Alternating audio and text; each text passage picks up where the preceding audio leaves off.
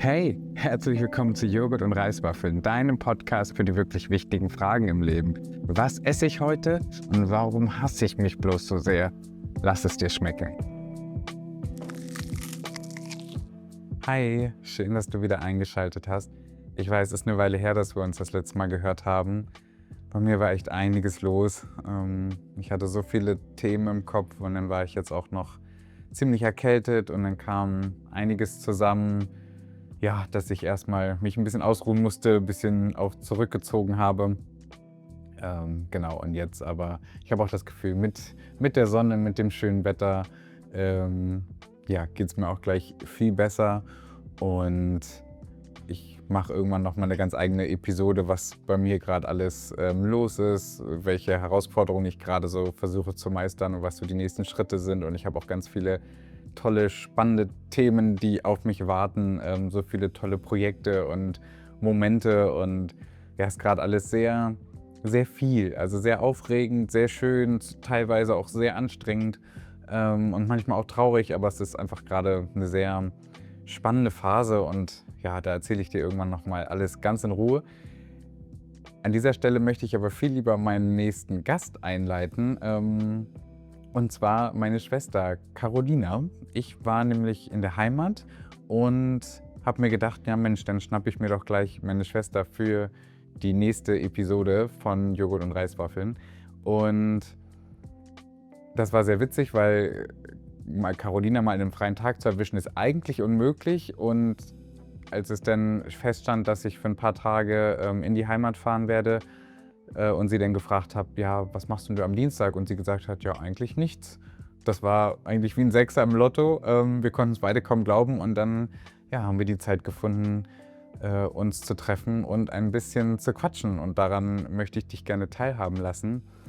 Und ich kann dir schon mal so viel sagen, das ist eine sehr emotionale und intensive Episode, besonders auch eine sehr ehrliche Episode, weil wir viele Themen ansprechen, worüber man sich sonst häufig ja nicht so traut, drüber zu sprechen oder es einem sehr schwer fällt, weil es eben auch Themen sind, die manchmal in der Gesellschaft nicht ganz so präsent sind.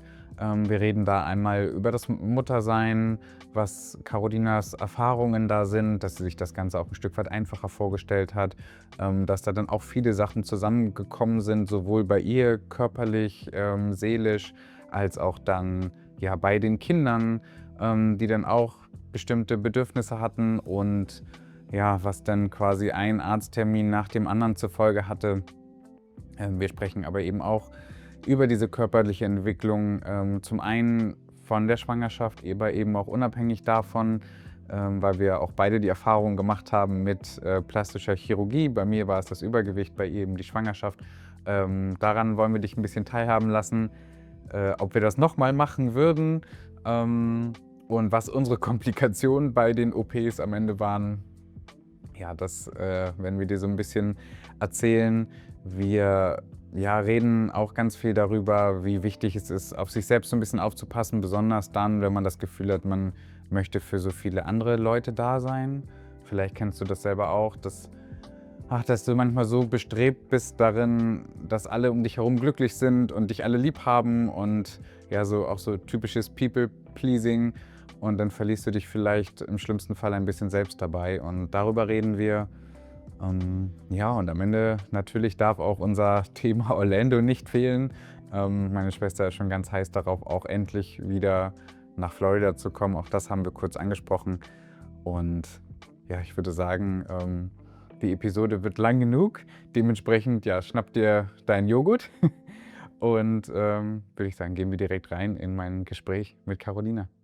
Wir sind beide auch schwarz angezogen, also die verschwimmen auch gut, Ja. haben uns gut abgesprochen. Ja, aber finde ich auch super schön, dass das heute geklappt hat. Das war mir irgendwie direkt ein Bedürfnis, als ich wusste, oh, ich fahr in die Heimat. Da habe ich direkt gesagt, so, ach, dann muss die Carolina direkt fragen, weil ich da so Lust Ist auch drauf witzig, hatte. dass das so spontan jetzt auch passt und ich frei habe, ne? Ja, ich dachte auch so, Und es echt? steht nichts an, außer halt kurz nachher die Nachhilfe, aber sonst war heute mal nix, weil sonst ist ja immer was. Genau. Und da dachte ich: „Cool, das ist ja wie gemacht für uns hier.“ Ich war auch ehrlich gesagt richtig überrascht, als ich gedacht habe, ja, wie sieht's denn Dienstag aus? Ich habe uns schon irgendwie so um Mitternacht irgendwo sitzen gesehen, so wenn der ganze Trubel vorbei Ja. ist. Und dann sagst du so: „Ja, ich habe eigentlich frei.“ Das passiert nicht Ja, oft. ne, richtig, das ist echt voll cool. Ja, weil ich quasi ab Donnerstag dann noch die ganze Woche ziemlich viel arbeite, weil Donnerstag ist ja auch noch Zukunftstag, da kommt Jannik mit zur Arbeit bei mir und so. Cool. Und dementsprechend hat meine Chefin mich dann halt auch so eingeteilt, dass ich natürlich dann in der Zeit auch arbeite und da bin und so. Das ist ja eigentlich auch der Sinn der Sache. Ja, und dadurch habe ich jetzt halt 'n bisschen Leerlauf gehabt. Ja. Ah, voll schön. Also, ich Ja. muss auch sagen, korrigiere mich gerne, aber ich finde, du siehst gerade auch richtig gesund, richtig frisch, richtig erholt eigentlich aus. Also, im Vergleich zum letzten Mal, also, habe ich vorhin nur gedacht: „Ach, strahlt richtig.“ Danke. Ja. So. Also, so vom Ding her bin ich ziemlich kaputt, muss ich ehrlich Ja. sagen, seit ich wieder arbeite. Aber Ach das, so. was viel ausmacht, ist auch im Moment meine Haut. Ich kriege ja Tabletten seit 3 Monaten wieder gegen die Akne, weil die ja so schlimm war. Und, ich glaube, das macht auch viel aus, Mhm. dass die Haut einfach anders aussieht. Ja. Also, zumindest fühle ich mich dadurch natürlich auch wohler, ne?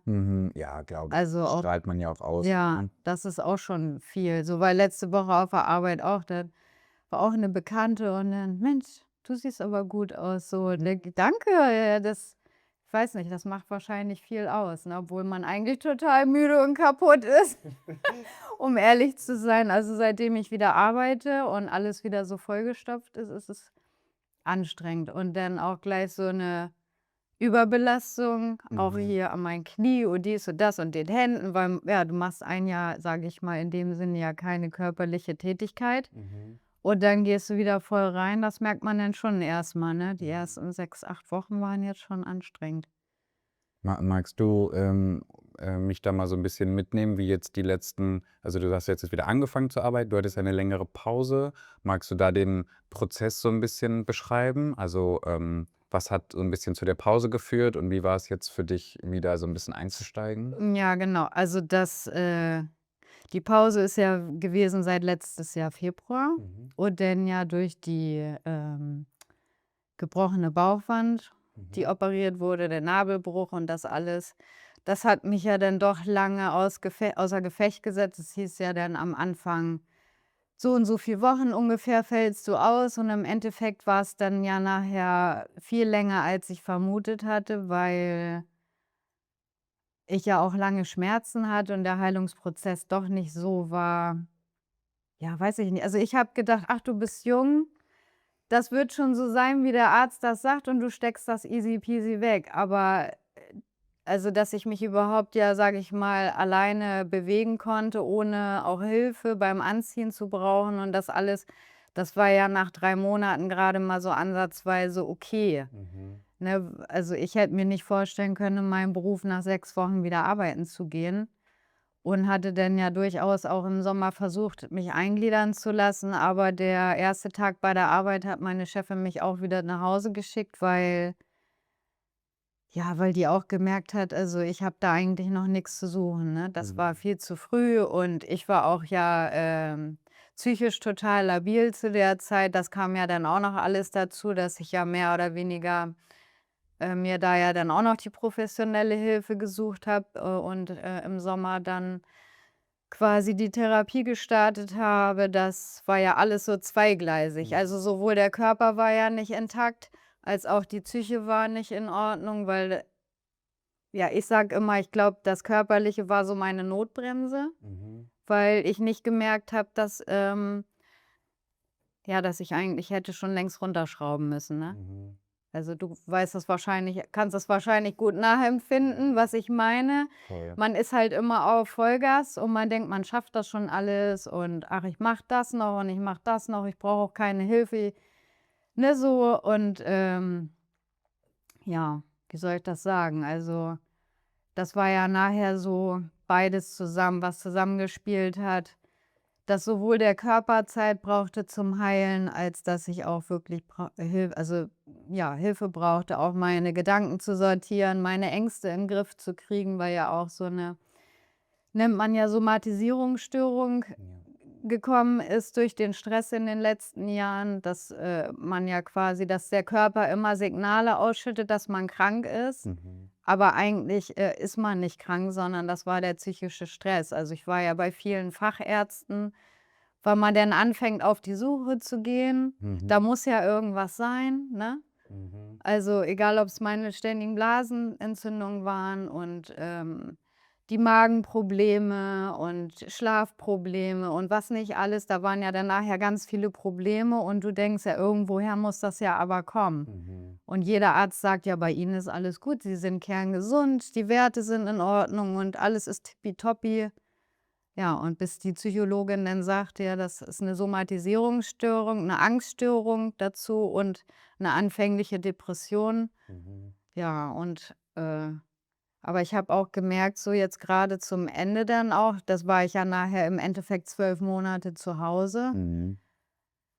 dass es mir dann auch viel, viel besser ging. Mhm. Also, das ist ja auch nichts, was von heute auf morgen einfach so gut ist, sondern das Ja. braucht ja auch seine Zeit, das für sich selbst auch zu verinnerlichen und zu verstehen, warum ist das überhaupt alles so entstanden und wie mache ich es in Zukunft besser, dass ich nicht eben da wieder reinkomme in diesen Stress. So, und jetzt habe ich das natürlich versucht, Mhm. wenn man dann wieder anfängt zu arbeiten, auch zu gucken, dass man sich erst mal nicht so viele Termine in der ersten Zeit auflädt. Und ich habe auch die Stunden auf der Arbeit minimiert. Mhm. Ne, ich habe gesagt, ich würde jetzt erst mal 3 Monate gucken, wie es ist, wieder mit, 80 Stunden im Monat statt 100. Mhm. Und ich muss für mich auch sagen, ich glaube, das ist auch, besser, weil ich merke jetzt schon, es ist viel. Mhm. Und würde ich jetzt nächsten Monat mit den Stunden wieder hochgehen, ich glaube, dann würde ich mir selbst keinen Gefallen damit tun und meiner Familie auch nicht. Mhm.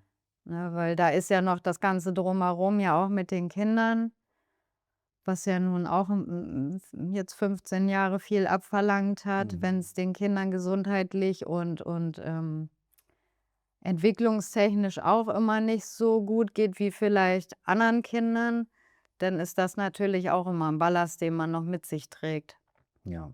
Ja, deswegen habe ich gesagt, ich gehe jetzt erst mal runter, und Timo und ich, wir haben uns jetzt auch am Wochenende unterhalten, weil ich gesagt habe, ich glaube, ich würde das gerne so lassen, was er davon hält und so. Und er hat auch gesagt, also, wenn für mich das eigentlich schon entschieden ist, dass ich mich damit besser fühle, weil ich das also, so ja eigentlich schon an meine Grenze komme, aber ich will auch nicht wieder über diese Grenze, sondern ich möchte für mich noch eine gesunde Balance haben, dass ich auch noch für mich Zeit habe, zum Beispiel auch meinem Sport nachzugehen, was mir ein bisschen auch den Ausgleich gibt, weil das habe ich vorher auch alles nicht mehr gehabt. Ich hatte für mich selber ja gar nichts mehr, Mhm. ne? Keine Zeit, um meinen eigenen Bedürfnissen nachzugehen.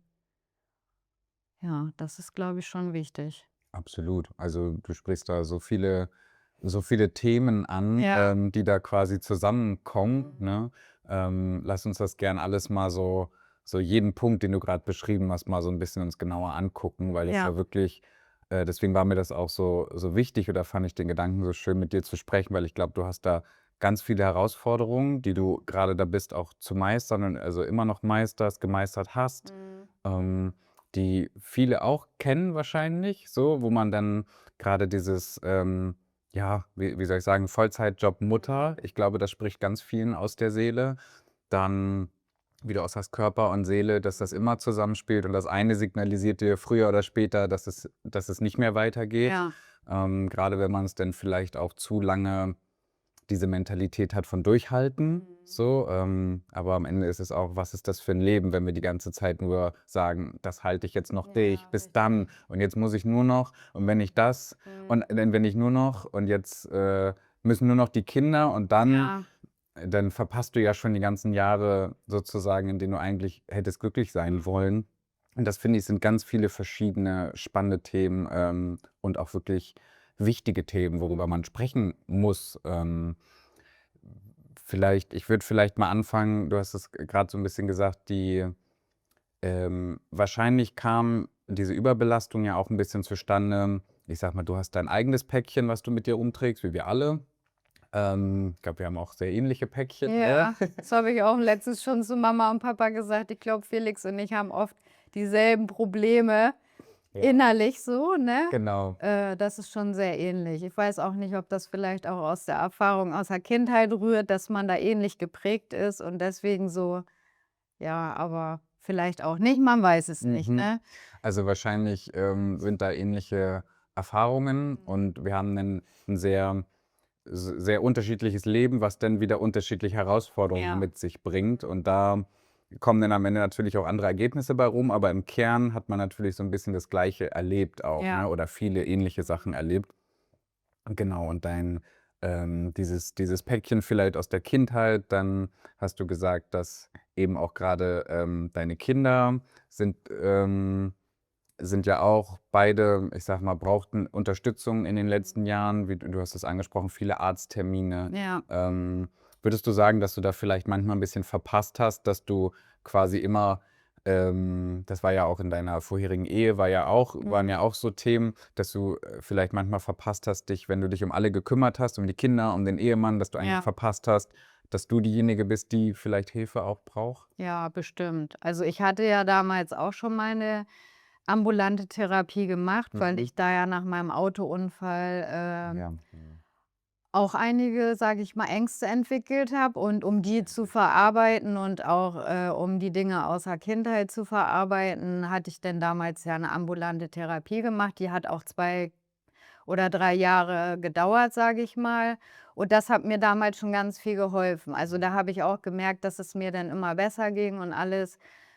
Aber es ist oft so, dass man sich ja im Grunde immer hinten anstellt Mhm. und man denkt immer, allen anderen muss es gut gehen, aber man vergisst sich selbst dabei. Und jetzt habe ich auch verstanden, wenn es einem selbst nicht gut geht, dann kann es der Familie auch nicht gut gehen. Also, eine gesunde Mutter ist oder Ehefrau ist ja auch wichtig, Mhm. um auch, sage ich mal, den Rest gut im Balance zu halten. Also, die Kinder haben es ja auch irgendwann gemerkt, wenn es einem selbst nicht gut geht, dann, kann man den Kindern vielleicht auch nicht immer so helfen, wie man es gerne möchte, weil man oft selbst dann auch erschöpft ist. Ja. Und, ja, nach der Therapie damals war dann ja auch lange Pause und ich dachte immer, es ist alles gut. Aber so in den letzten 3 Jahren ist das wieder so viel geworden, nachdem ich dann auch immer mehr gearbeitet habe, die Stunden immer höher gegangen sind und dann der Schichtdienst, der Mhm. dazukommt, die Arbeitszeiten, die sind nicht so also, ich finde für uns nicht so gut als Familie und für mich selber auch nicht. Ja, und man verliert so 'n bisschen, ja, sich selber irgendwie da drinne, dass man auch so eigenen Sachen nicht mehr nachgeht. Oder wenn du Dienst hast und alle anderen haben Wochenende, dann macht die Familie was alleine, dann kannst du zu manchen Veranstaltungen nicht mit hin oder was auch immer. Und unter der Woche, wenn ich dann frei habe, dann knalle ich meistens irgendwelche Termine da rein, versuche den Haushalt zu machen und so, ne? Mhm. Also, Ja, ist kein schönes Gefühl, ne? ja, und so war es ja jetzt eigentlich, ja, die ganzen letzten 15 Jahre so, ne? Mhm. Ja, ich stelle mir das auch wirklich schwierig vor, weil ich habe das noch nicht 15 Jahre machen müssen. Mhm. Bei mir waren es ja Wolfsburg war ja viel, Wochenendarbeit auch und jetzt mit dem Fitnessstudio genauso. Und Ja, es gibt für mich auch kaum schlimmeres Gefühl, wenn ich auch erschöpft bin so oder war von der Arbeit und du dann gedacht hast: „Oh, jetzt blöd gesagt, Partner liegt jetzt auf der Couch und mhm, kann Konsole spielen, irgendwie spielt eine Runde PlayStation, Xbox oder so mhm. und ich fahre jetzt los, Ja, so zum Arbeiten. Das mhm. war immer ganz fürchterlich, und häufig, das kennst du vielleicht auch schon, selbst wenn man mal Entspannungsphasen hat, dann zerstört man die sich immer schon an den Gedanken an morgen. Also, selbst wenn du mal den freien Tag hast und sagst: „Oh komm, heute einmal entspannen“, Ja. bist du schon die ganze Zeit mit dem Kopf bei: „Aber morgen darf ich bloß nicht vergessen, Ja, das.“ ja, Mhm. richtig. Und dann geht's irgendwie schon gefühlt weiß ich nicht, um 11 Uhr geht's dann schon los mit an morgen zu denken. Und dann ist dein freier Tag vorbei und: „Oh, ich habe mich überhaupt nicht entspannt.“ Ja, das habe ich auch. Also, dass man tatsächlich dann an den freien Tagen viel schafft. Also, ich komme auch innerlich selten zur Ruhe dann, sondern ich sehe dann eher irgendwie die Arbeit hier zu Hause. dann liegt irgendwas rum oder ich denke, ich muss noch die Wäsche waschen oder was weiß ich. Also, ich komme dann innerlich gar nicht zur Ruhe, um dann auch zu sagen: „Nee, jetzt habe ich frei und heute mache ich mal was Schönes für mich. Ich belohne mich jetzt einfach mal selber.“ Mhm. Und, ich glaube, das ist auch ein großer Fehler, dass man sich das selber nicht einräumt. Also, dass man auch das Recht dazu hat, zur Ruhe zu kommen oder an seinem freien Tag einfach mal in die Therme zu fahren oder sich ein Buch zu schnappen, in die Sonne zu setzen und die Füße hochzulegen oder was weiß ich. Halt jeder so das, was einem gut tut, ne? Das sind ja unterschiedliche Dinge und das habe ich verlernt tatsächlich Mhm. irgendwie für mich selber auch mal einzustehen oder zu sagen: „Nein“, also Muss warten. ja, muss warten oder auch mal zu sagen: „Mensch, mach du das doch mal“, ne? Mhm. Oder vielleicht auch sogar die Kinder schon mal jetzt mittlerweile ein bisschen mit einzubinden. Ich meine, mit fast 13 und 15, dass man denen nicht immer alles hinterherräumt und die bepaschert, sondern denen auch beibringt, ihr seid jetzt alt genug, ihr könnt auch mal selber euren Müll rausbringen oder euer Zimmer mal ein bisschen klar Schiff machen oder auch mal eure Wäsche lernen zusammenzulegen. So Kleinigkeiten, die halt auch, finde ich, fürs spätere Leben eigentlich auch wichtig sind, Ja. für die Selbstständigkeit. Also, es geht ja nicht darum, dass die Kinder jetzt, hier unsere Dienstmagd sein sollen, sondern dass sie, ja, einfach auch lernen, was dahinter, steckt, zu arbeiten, zur Schule zu gehen, dann vielleicht noch nebenbei was zu machen Mhm. im Haushalt und was das auch für später bedeutet, Mhm. wenn ich alleine lebe oder mit einer Partnerin, dass ich auch nicht möchte, dass die Kinder da so sich dann auf die faule Haut legen und sich von ihrer Freundin, sage ich mal, von vorne bis hinten bedienen lassen. Ich möchte schon, dass meine Kinder auch, was das angeht, auch gut erzogen werden, Mhm. ne? Auch lernen, das ist so ein Geben und Nehmen nachher. Ja. Weil in der heutigen Zeit, die Frau soll arbeiten, Mhm. da kann der Mann ja aber vielleicht auch durchaus dann auch sich ein bisschen mit im Haushalt engagieren, ne? Das Mhm. soll ja mittlerweile alles so ausgewogen sein und ja, da finde ich, gehört das halt auch mit dazu, dass wir uns das hier so 'n bisschen aufteilen, Mhm. ne? Oder auch Timo, der sich dann auch mit integriert oder mal kocht oder wie oder was dann am Wochenende, wenn ich meinen Dienst habe, Mhm. dann übernimmt der das.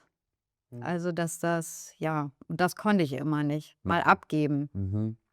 Ja. Das ist spannend. Ich hatte vor Kurzem auch ähm ein Gespräch mit 'ner Psychotherapeutin und, die habe ich zum ersten Mal getroffen, weil das war nur so 'n Beratungsgespräch, Ja. also die Sprechstunde Ach sozusagen, so, ne? Ähm, weil ich war ja noch nie offiziell in Therapie so, aber denke jetzt eben auch darüber nach, es Ja. wird mal Zeit, das ein oder andere Thema, Mhm. richtig aufzuarbeiten.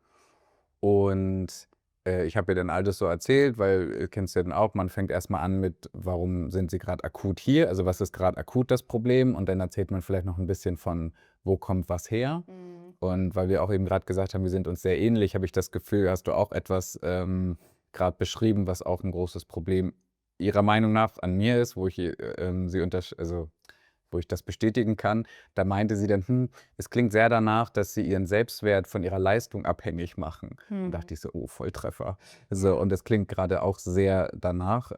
Witzigerweise habe ich da mit Papa auch gestern drüber geredet, dass er auch so erzogen worden ist. Mhm. Also, dass er eben auch sagt: „Na ja, da gab's halt Liebe, wenn es eine gute Note gab.“ Ja. So, und ansonsten gut, jetzt in unserem Fall, da wurde man jetzt nicht irgendwie gehauen oder so, aber mit Mhm. Papa ja noch so aufgewachsen mit: „Na ja, du bist das, was du leistest“, so, Mhm. ne? Und das habe ich auch sehr stark. Ich muss immer produktiv sein, ich muss irgendwas schaffen, Ja. ich muss was leisten. Und wenn ich dann irgendwo nur sitze und sage: „Ich könnte mich jetzt entspannen“, dann denke ich mir: „Aber du könntest jetzt auch schon, weiß ich nicht, deine Steuererklärung machen oder Ja. du was auch Mhm. immer.“ Und, da habe ich gerade das Gefühl, das passt auch gut zu dir. Ja. Dieses, du machst es sehr davon abhängig, ähm, was bin ich wert oder, wie viel kann ich hier für diesen Haushalt vielleicht auch Mhm. leisten, so, ne? Also, was Ja. was muss ich leisten? Und anstatt vielleicht auch zu sagen: „Ja, aber du bist genauso viel wert, wenn du mal einen Tag Nichts. Ja. sagst: “Heute mache ich einfach gar nichts.“ Ja, das So. stimmt. Ja, das man weiß ich auch nicht, ob man dann auch das Gefühl hat, dass man, nix wert ist, wenn man nichts macht für andere oder weniger geliebt wird dann, wenn man keine Leistung bringt oder auch dieses Gefühl vielleicht gebraucht zu werden. Ich weiß es nicht. Also, ich glaube, da sind viele Faktoren Mhm. Und genau, also ich habe auch immer so eine To-do-Liste. Ich versuche mir aber da jetzt nicht immer zu viel auf einmal raufzumachen, aber auch nichts aufzuschieben. Mhm. Dass manche Sachen dann auch schnell erledigt sind, dass man die wieder aus dem Kopf hat, weil ich ja auch oft dann in so einem Gedankenkarussell festhänge und Mhm. im schlimmsten Fall dann natürlich die Nächte dann auch nicht zur Ruhe komme und da auch einfach versuche, wirklich in kleinen Schritten die Sachen abzuarbeiten, aber nicht zu viel auf einmal. Mhm. Und sich selbst halt auch einfach mal Ruhe zu gönnen. Und jetzt sage ich auch, wenn ich dann eine Spätschicht habe und ich möchte dann morgens zu meinem Kurs und Sport machen, dann gehe ich da jetzt halt auch hin. Und wenn hier zu Hause halt der Abwasch in der Küche so steht vom letzten Tag, dann lasse ich ihn jetzt einfach mal da stehen, auch wenn es mir dann richtig schwer fällt. Mhm. Und denke mir so: „Okay, vielleicht sind die Kinder nachher so lieb und übernehmen das.“ Einer wäscht ab, der andere trocknet ab und dann ist das ja eigentlich auch schnell erledigt Mhm. oder so. Aber da erst mal hinzukommen, das ist irgendwie schwierig und das fällt mir auch heute nicht einfach, nur weil ich jetzt, sage ich mal, 'n Dreivierteljahr in der Therapie gelernt habe, warum kommen manche Sachen, ne, wie 'ne Angststörung und solche Sachen oder 'ne Depression oder Somatisierungsstörung. Und da waren ja Menschen mit verschiedenen Problemen, sage ich mal. Und wie komme ich da auch raus? Also, dass ich auch dauerhaft stabil bleibe, lernt man ja gewisse Sachen dann für seinen Alltag, dass man das mitnimmt und Mhm. dann im besten Fall natürlich halt auch dauerhaft umsetzt und nicht wieder einknickt, weil dann denke ich, kommt das auch ganz schnell wieder zurück. Also, wenn man da nicht am Ball bleibt, dann, ja, dann Kommt ja. man auch wieder in diese alten Ja, Verhaltensmuster dann zurück, dann fühlt genau. man sich irgendwann wieder so wie vorher und sagt: „Oh Mann, jetzt bin ich wieder in dieser Situation.“ Ja. Okay, lassen wir das mal ganz kurz alles sacken. Das waren schon sehr, sehr viele Themen, die Carolina da angesprochen hat. Vielleicht kennst du das selber auch, wenn es dir psychisch nicht gut geht, dass dein Körper dann auch irgendwann rebelliert oder dass das erst der Punkt ist, an dem du merkst, vielleicht musst du ein bisschen besser auf dich Acht geben. Die ganzen Themen, die Carolina da gerade anspricht, die wollen wir alle im weiteren Verlauf noch mal ein bisschen genauer aufrollen. Dazu gehört dann eben einmal ja, die Herausforderung des Mutterseins oder ja, vielleicht auch mal das Eingeständnis, dass man Selbsthilfe braucht, auch wenn man vielleicht sonst immer die Person ist, die versucht, anderen zu helfen. Aber ja, vielleicht an dieser Stelle auch einfach mal der kleine Reminder, dass wir alle ein bisschen besser auf uns aufpassen sollten und im besten Fall, bevor wir am Ende in einer Somatisierungsstörung landen, und uns der Körper am Ende zwingt, eine Pause zu machen. Also im besten Fall, ja, machen wir die Pause oder nehmen wir uns die Pause dann, wenn wir das Gefühl haben, dass sie gerade mal notwendig ist.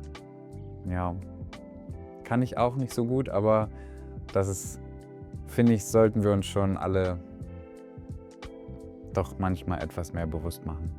Aber Caroline hat das am Ende auch ganz toll gesagt. Wenn es dir selbst nicht gut geht, dann kann es deinem Umfeld auch nicht gut gehen. Also du kannst keine gute Freundin, kein guter Freund, keine gute Tochter, kein guter Ehepartner, keine gute Mutter sein, wenn es dir am Ende nicht gut geht. Und so leidet am Ende dein Umfeld auch darunter. Selbst wenn du am Ende das Gefühl hast, du müsstest dich um alles kümmern. Und da beginnt die Heilung am Ende immer bei dir selbst. Und das Gefühl, für alles und jeden verantwortlich zu sein, kam bei Carolina relativ schnell, wie sie uns jetzt verraten wird. Ja, ich kann mir das sehr gut vorstellen. Vor allem habe ich bei dir auch das Gefühl, gerade weil du ja sagst, du musstest erst mal lernen, Sachen nicht zu machen Mhm. oder dich nicht verantwortlich zu fühlen. Da kam mir direkt in den Kopf, du hast ja auch früh lernen müssen, Mhm. Verantwortung zu übernehmen. Ja, Also das ich sage stimmt. mal, im Gegensatz vielleicht zu mir, da war ich wahrscheinlich ein bisschen privilegierter in dem Fall. Du musstest ja sowohl mit Mama und dann dem Umzug und ich sage mal verschiedenen Väterfiguren sozusagen, da schon schneller erwachsen werden. Ja. Natürlich dann als ältere Schwester sowieso, das kennt man ja von ganz vielen Geschwistern. Und dann hast du ja auch bist ja auch, relativ früh Mutter geworden. Mhm. Und ich habe das oder ich würde sagen, dass das ist natürlich, da ist man selber in Anführungsstrichen fast noch ein Kind, Ja, oder man fühlt sich manchmal noch wie eins ja. und auf einmal bist du verantwortlich Mhm. für eins. Das war wahrscheinlich auch ein extremer Prozess, oder? Ja, auf jeden Fall. Also, ich glaube, Muttersein habe ich mir einfacher vorgestellt, Ja. um das ehrlich zu sagen. Und klar, man weiß natürlich vorher auch nicht, dass die Kinder dann vielleicht Besonderheiten haben. Das ist ja kann man ja auch nicht, immer alles vorher schon Ja. sehen oder wissen, ne? Manche Sachen ja, manche nein. Vielleicht wäre manches dann einfacher, das weiß ich nicht. Mhm. Aber klar, also, ich habe auch oft gedacht im Nachgang, ich weiß nicht, ob ich mich heute noch mal entscheiden würde, so früh Mutter zu werden. Man sagt ja immer, wie sagt man? Man, versteht das Leben ja erst rückwärts oder Genau, irgendwie so, ne? ja. Ähm, also, das war schon ziemlich früh, um das jetzt rückblickend zu betrachten. Und ich glaube, das hat immer alles seine Vor und Nachteile, weil wir sind junge Eltern, also, Mhm. unsere Kinder können mit uns sehr viel machen. Wir sind noch sehr aktiv. Das finde ich, ist das Schöne. Das fand ich auch an unseren Eltern so toll, dass wir immer viel mit dem machen konnten. Mhm. Man hat natürlich aber auch jahrelang dadurch ziemliche, Einschränkung. Einschränkungen, ne? Das muss man also sowohl bei uns war es ja auch finanziell und dass man dadurch dann halt auch viele Sachen gar nicht so machen kann, wie Reisen oder seinen eigenen Hobbys nachgehen oder was weiß ich. Beziehungsweise gut, kann man schon. Der eine hat's dann halt viel gemacht und ich halt gar nicht. Mhm. Ähm, ja, das, ja, ist halt dann auch immer, glaube ich, vielleicht auch selbst schuld gewesen, ne? Also, man, ist ja auch in vielerlei Hinsicht selber schuld an manchen Dingen und das muss man halt auch lernen, dass ja, wie soll ich das sagen? Dass alles seine Konsequenzen Ja, hat. richtig, genau. Aber ja auch zu wissen, ich finde es immer 'n sehr, sehr schönen Gedanken, wenn man sich so 'n bisschen beruhigen kann, indem man so 'n bisschen sagt: „Ich habe aber in dem Moment, in dem ich diese Entscheidungen getroffen habe, Mhm. die Entscheidungen getroffen, die ich damals für richtig empfunden Ja, habe.“ genau. Und ich finde, das macht schon, also, ich finde das immer 'n ganz, ja, ganz beruhigenden oder so 'n bisschen, seelenstreichenden Gedanken, einfach zu sagen: „Ja, das war aber nun mal damals die Version von mir, die alle Informationen, die sie damals zur Verfügung hatte, genommen hat und gesagt hat: ‚Ich treffe diese Entscheidung, ich mache das jetzt so.‘“ Mhm. Und dass man dann 15 Jahre später sagt: „Na gut, hätte ich vielleicht mit dem Wissen, was ich heute habe, anders gemacht.“ Gut, aber das Wissen hattest du damals nicht. Ne, Also, das stimmt. was soll, also, man, deswegen sagt man ja auch immer so schön, man wächst mit seinen Herausforderungen. Ja. Und ich kann mich da sogar noch sehr gut dran erinnern. Ich weiß auch noch, als du mir damals, gesagt hast, dass du schwanger bist, ich weiß noch, dass du dich super gefreut hast auch Mhm. so, und dass natürlich dann im Umfeld auch so, sage mal, 'n bisschen dieses: „Oh, bist du nicht noch ein bisschen jung?“ Das kriegt Mhm. man ja automatisch, Ja. ne? Das ist ja ganz normal. Obwohl ich auch glaube, den perfekten Zeitpunkt gibt's am Ende da auch selten. Ich habe so viele Bekannte auch, wir haben vorhin auch drüber gesprochen, Bekannte von dir, die dann Kinder wollen, dann klappt es wieder Ja. nicht und so. Also, dann sagt man sich: „Oh, hätte ich das 10 Jahre später gemacht“, und dann klappt's nicht und dann sagst du: Ja. „Wer hätte ich's früher gemacht?“ Ja. Also, am Ende ist es auch immer leichter gesagt als getan. Ja, das stimmt. Du hast, da aber auch angesprochen, genau, Kinder mit besonderen Bedürfnissen so. Und das Mhm. finde ich auch 'n sehr, sehr spannenden Punkt, weil ich glaube, manche Eltern wissen vielleicht gar nicht so richtig, wie glücklich sie mit einem, ich sage jetzt einfach mal, ganz gesunden, aufwachsenden Kind sein Mhm. können. Und viele Eltern da draußen haben aber vielleicht auch Kinder mit besonderen Bedürfnissen und Ja. haben die ganze Zeit das Gefühl: „Was stimmt denn mit mir nicht? Also, was mache ich falsch, dass Mhm. das alles so läuft?“ Ähm, Vielleicht ist es natürlich ein sehr großes Thema, aber, hast du da so ein Gefühl für, was waren so die größten Herausforderungen für dich jetzt mit beiden Kindern so über die Jahre? Gute Frage, wo soll ich da anfangen? So, Mhm. das ist so 'n Riesenpäckchen eigentlich. Und das ging ja schon mit der Geburt im Grunde los und wurde ja auch schon vieles in der Krippe dann ins Laufen gebracht, Mhm. grade bei Jannik. Also,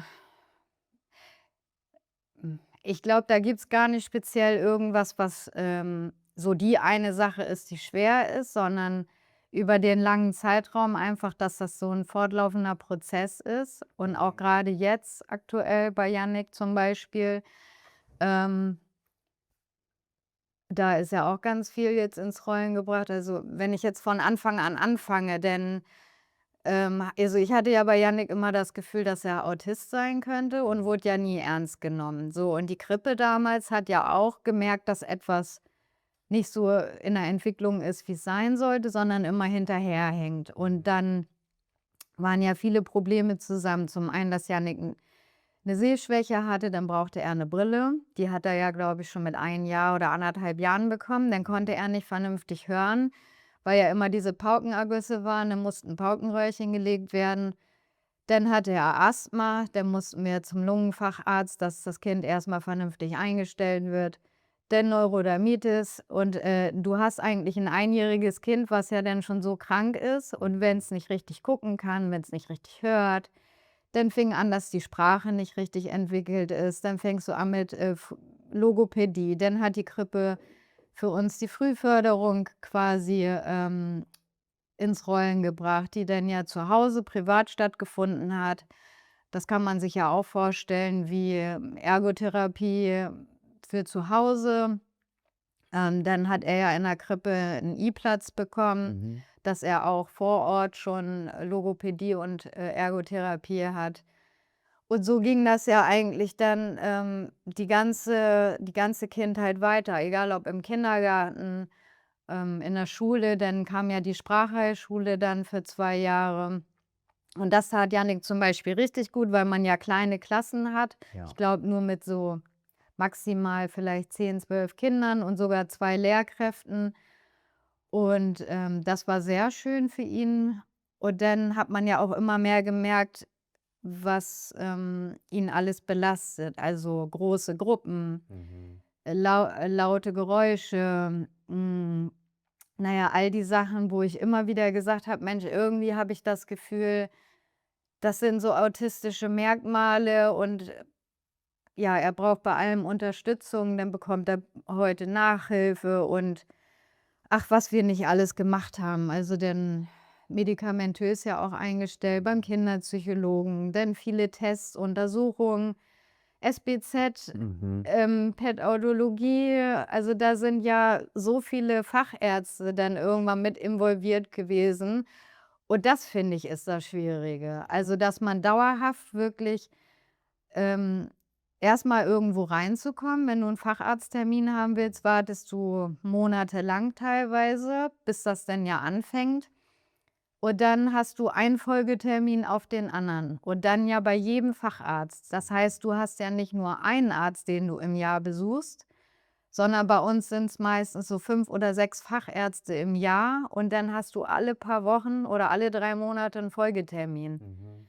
So, dann waren ja über die Jahre der Kalender eigentlich nur gefüllt mit irgendwelchen Terminen für Ärzte, für Therapiestunden, Schulgespräche und ich weiß nicht was alles. Mhm. Und, das ist halt dauerhaft so das Schwere da dran, ne? Dass man also, ich habe mir dann immer gesagt: „Na ja, nächstes Jahr wird's besser.“ Mhm. So, dann kommst du Richtung Jahresende, denkst, es ist Silvester. Nächstes Jahr wird's besser. Alles wird gut, du schaffst es schon, nächstes Jahr wird's bestimmt ruhiger.“ Und dann siehst du eigentlich im Kalender schon, für die ersten 3, 4 Monate stehen schon 17 neue Arzttermine drinne. Und wo du dann eigentlich innerlich schon wieder total verzweifelt bist und siehst, okay, es wird nichts anders. Es bleibt so, wie es ist. Mhm. Und, was ich jetzt auch gelernt habe und ich glaube, das ist auch noch so ein Prozess, dass man das auch wirklich annimmt und lernt, das zu akzeptieren. Ja. Mhm. Also, dass das nicht zu ändern ist und dass man wirklich den Kindern, ähm wie soll man das sagen? Trotzdem irgendwie das Gefühl gibt, es ist okay. Ja, genau, also, dass man auch für die Kinder, da ist Mhm. und, wenn ich jetzt nicht für die Kinder da wäre und die in der Hinsicht unterstütze, wer macht's denn dann sonst? Mhm. Ne, also, es ist vielleicht auch meine Aufgabe einfach oder, ja, ich will nicht sagen Bestimmung, aber es ist meine Aufgabe als Mutter und da fühle ich mich ja auch verpflichtet, diese Dinge mit den Kindern auch, wahrzunehmen und das auch am Laufen zu halten und für mich für die Kinder einzusetzen und, vieles zu organisieren oder so auch wie jetzt, dass man für Jannik versucht, eine Schulbegleitung zu beantragen. Das ist schon seit letztes Jahr September beim Landkreis und auch das dauert wieder Monate. Also wir können froh sein, wenn wir eventuell zu den Sommerferien eine Antwort bekommen, weil das wieder ganz viele Ämter durchläuft. Weil ich finde, bei den Kindern geht auch einfach so viel verloren in dieser Zeit, Ja, und sie ne? denken ja auch irgendwann, also das schlägt sich ja auch auf also auf den Selbstwert des Kindes aus, Ja, ne? Wenn man immer das Gefühl hat, irgendwas stimmt mit mir richtig, nicht und ja, jede Woche hörst du es auf neue: „Ich ja, bin nicht okay." Also ja, nicht von euch, aber dann von den ja. Arztterminen und den Gesprächen über das Kind. Dann ist das Kind dabei, Mhm. versteht vielleicht noch nicht alles und so. Ja, Das macht ja auch ganz viel mit dem Kind. genau. Und ich möchte einfach halt, dass die Kinder wissen, dass sie sich auf uns verlassen können, dass wir da sind. Wir sind versuchen für die Kinder ein Fundament zu sein. Und auch, weil gerade da draußen ist alles schwierig geworden, finde ich. Also gerade was das Gesundheitssystem angeht, das dauert mir alles immer viel zu lange. Und gerade für die Kinder, die Entwicklung, die stoppt ja nicht. Ja. Aber wenn die Kinder, sage ich mal, Hilfe benötigen und sie bekommen sie monatelang nicht, weil die Termine einfach so ewig lange ja immer alles rauszögern, da geht so viel verloren irgendwie. Und das, finde ich, ist so das, was einen auch oft wütend macht oder auch verzweifeln lässt, ne? Also das finde ich, ist halt so wirklich das, was jahrelang gezerrt hat. Also da gibt's nicht eine bestimmte Sache, sondern ja, das Große und Ganze. Wirklich viele, viele Termine, die Arbeit dazu, der Schichtdienst, privater Haushalt, dann willst du 'ne gute Ehefrau sein, 'ne tolle Freundin, 'ne tolle Tochter, ich weiß nicht was. Also du willst da wären wir wieder beim Thema, ne? Man will für alle gut sein. Aber man verliert sich selbst irgendwie dann da drinne, in all den verantwortlichen Aufgaben, sage ich mal, ne? Ich muss echt gestehen, ich kann mir einfach das beim besten Willen nicht vorstellen, wie man diese Schier an Arztterminen für sich, für 2 Kinder, vielleicht noch für den Ehepartner, das alles unter einen Hut kriegen soll, dabei trotzdem ein glückliches Leben führen soll und nicht das Gefühl haben und nicht irgendwann das Gefühl hat, dass man dauerkrank ist, oder mit dem Gefühl rumläuft, mit mir stimmt irgendwas nicht, wenn man irgendwann gefangen ist von einem Arzttermin nach dem anderen. Und das macht ja am Ende auch was mit deinem Selbstwert, wenn du ständig gesagt bekommst, mit dir stimmt irgendwas nicht, oder du das Gefühl hast, irgendwas stimmt nicht und Leute sagen dir immer, es ist aber alles in Ordnung, dann hast du wiederum das Gefühl, dass du vielleicht nicht ernst genommen wirst oder langsam den Verstand verlierst. Das finde ich, ja, also ich habe das ja schon aus der Ferne auch immer ein bisschen mitgekriegt bei Carolina, aber auch als sie es mir nochmal gesagt hat, habe ich gedacht, wow, da ziehe ich einfach den Hut für, das alles ja, unter einen Hut zu kriegen. Das ist schon wirklich nicht einfach. Und falls du da draußen was Ähnliches durchmachst oder ein ähnliches Päckchen mit dir rumträgst, dann kann ich dir dabei wirklich nur alles Liebe und ganz viel Energie schicken, dass du auch das meisterst. Und apropos Ärzte, kommen wir zum Kapitel, in dem Carolina und ich ein bisschen über unsere Erfahrungen in der plastischen Chirurgie sprechen, die nicht nur positiv sind. Wir hatten beide mit Komplikationen zu kämpfen. Und das ist ja auch irgendwie so ein bisschen so ein Tabuthema. Deswegen war es uns auch nochmal ganz wichtig, darüber so ein bisschen zu sprechen. Weil ich glaube auch, da gibt es auch viele da draußen, die sich Gedanken machen, möchte ich vielleicht ja, das eine oder andere an meinem Körper ändern und A, wie wird das von außen betrachtet und B, bin ich am Ende zufrieden damit. In der Regel kostet das ja auch sehr viel Geld und ja, ich bin mir sicher, dass du da das eine oder andere auch mitnehmen kannst. Kleine Warnung, ich hoffe, du hast einen festen Magen, denn wir gehen da auf jeden Fall auch sehr ins Detail. Ja. Ja, umso schöner finde ich, wenn man vielleicht den Bogen so ein bisschen spannen kann, umso schöner aber auch zu sehen, dass all das, was man investiert, auch Früchte trägt, ne? Mhm. Also, wenn, ich sage mal, wie du sagst, die Herausforderungen hören nicht auf, Ja, aber ich finde auch, dass, Jannik und Philipp beide so eine tolle Entwicklung ja, auch das gemacht stimmt. haben, Mhm. weil es gab ja schon Phasen, wo man wirklich gedacht hat: „Oh Gott, wie soll das mal werden? Und dann Ja. sieht man aber jetzt, ach guck mal, die ganze Arbeit zahlt sich auch aus. Ja. Und dann auch bei dir, wo du jetzt sagst, ähm, du hast zu wenig auf dich geachtet und dass es am Ende so weit gekommen ist, dass du wirklich eine lange Auszeit gebraucht hast, dein Körper und deine Psyche. Und aber auch da jetzt zu sehen, dass du, wenn du dir die Zeit nimmst und mal ein bisschen zur Ruhe kommst, dass es dir dann auch besser geht. Ja. Ne? Und dass du jetzt Sachen für dich auch gelernt hast, die du versuchst umzusetzen, zu sagen, okay, ich muss meine Grenzen setzen, ich werde ein bisschen weniger arbeiten, ich kann Ja. dann nicht 60, 70, 80 Stunden in der Woche nur beschäftigt sein, um es allen recht zu machen, Ja. außer mir. Und das finde ich am Ende auch schön zu sehen. Und wenn ich habe letztens nämlich auch noch mal so meine Bilder, also meine Fotos so ein bisschen durchgescrollt und ich weiß gar nicht, ist schon ein paar Jahre her, aber, du sagst, du fühlst dich sehr müde, so, aber ich finde so auf den Fotos, wie wie schön du jetzt aussiehst. Also, so von vor ein paar Jahren, finde ich, hat man dir das Ja. optisch mehr angesehen als jetzt. Also, genau, deine Haut ist mir auch direkt aufgefallen, vorhin, also richtig schön. So hatten wir ja mit Wiebke beim letzten Mal auch dann Ja. lange das Thema. Ähm, und da glaube ich auch zu sehen, hey, auch so eine Pause, das tut einem gut, ne? Ja, Das tut dem richtig. ganzen Körper gut. Ja, man gesteht sich das ja oft dann auch selber nicht ein, dass man das dringend bräuchte. Ja. Deswegen, wie gesagt, ist, glaube ich, die große OP wahrscheinlich auch meine Rettung gewesen, auch wenn das natürlich auch ziemlich hart war. Also, ich habe auch ja lange Schmerzen gehabt und auch wirklich starke Schmerzen und da auch monatelang geheult. Also, ich habe mich ja auch im Krankenhaus gefühlt wie so ein kleines Baby.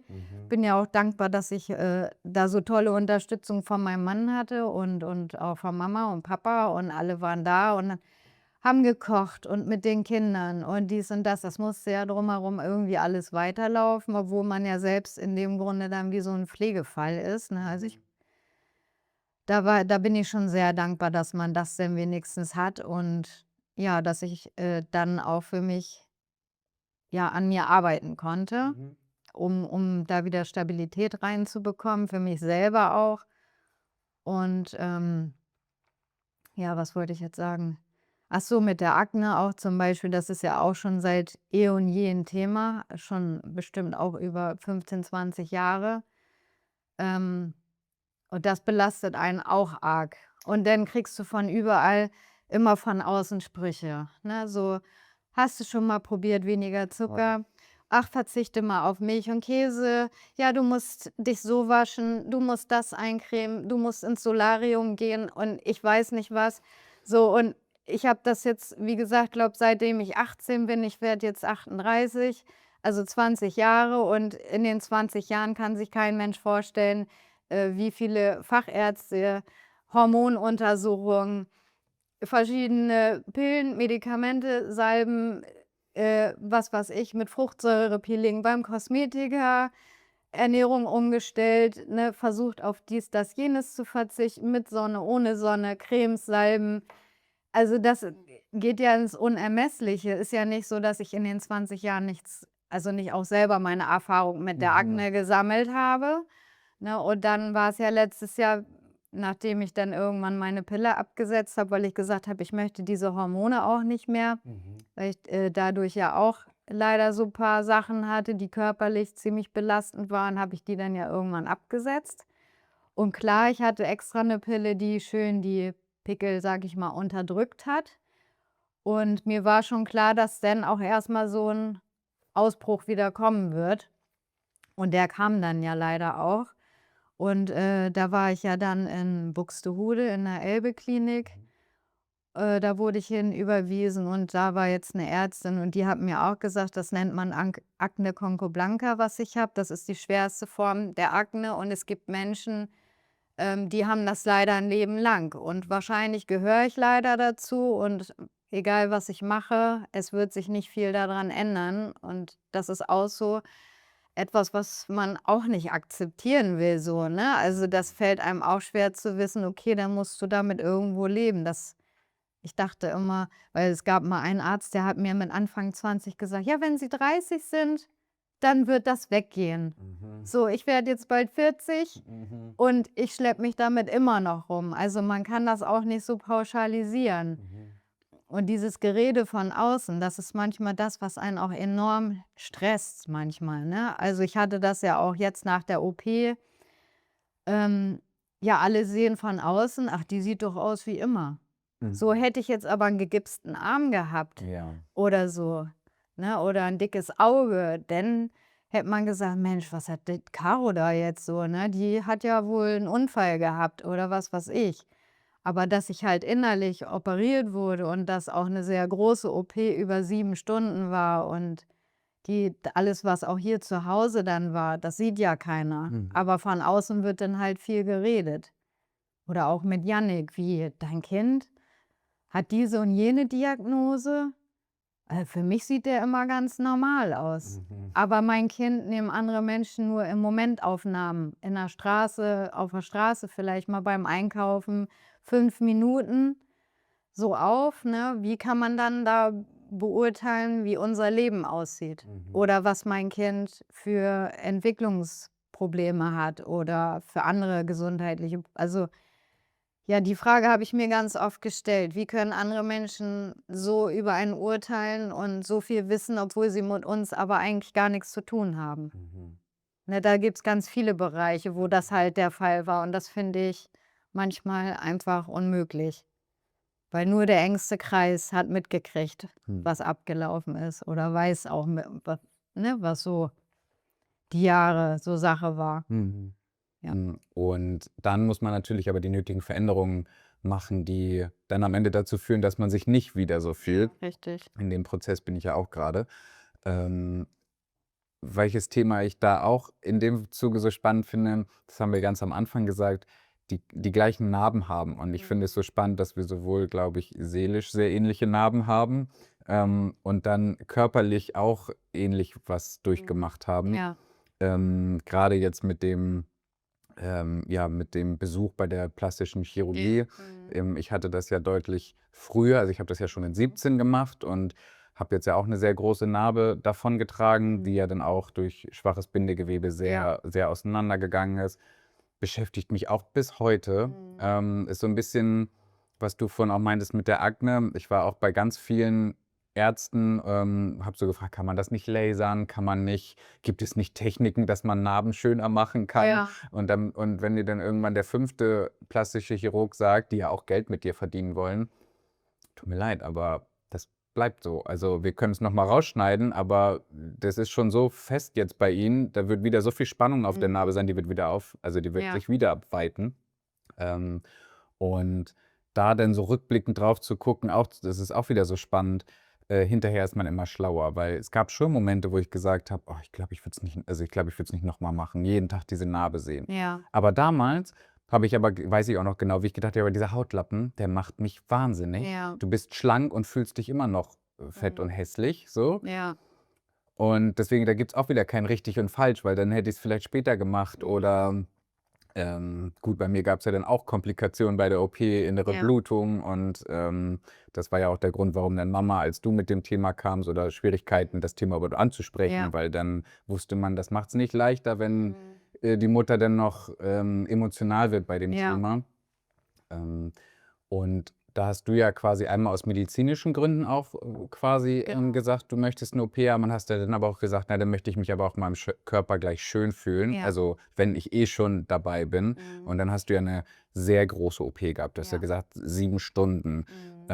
Magst du da noch mal so 'n bisschen erzählen, wie du also, quasi warum du dich dafür entschieden hast, was so 'n bisschen die Gründe dafür waren und Ja. wie dann am Ende das Prozedere für dich war? Also, das, war ja so, dass ich quasi nach den Schwangerschaften ja, 'ne offene Rektusdiastase hatte. Das sind ja die beiden Bauchmuskeln, die quasi auseinandergehen in der Schwangerschaft und im besten Fall danach durch die Rückbildung auch wieder zusammen.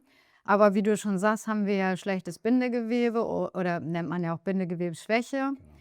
So, und damals war das auch schon so, dass, ich auch mit Hebammen und, Tapen, Physiotherapie, ganz viel Sport habe ich das immer versucht, irgendwie noch so gut es geht, zurückzubilden oder zu festigen. Und das wurde jetzt aber über die Jahre immer schlechter wieder. Klar, im Alter ist logisch, wird das Bindegewebe auch nicht besser, sondern eher schlechter.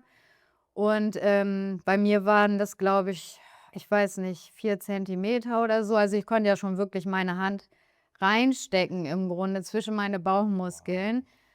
Und ich habe dadurch irgendwann ganz starke Schmerzen gehabt. Und dazu kommt natürlich, im Einzelhandel bist du viel am Schleppen. Das ist immer sehr schwer. Und ich glaube, das hat es in den letzten 3 Jahren nur noch schlimmer gemacht. Und ich habe dann auch hier unten im Lendenwirbelbereich immer sehr starke Schmerzen im Rücken gehabt und halt immer, ja, im Bauch.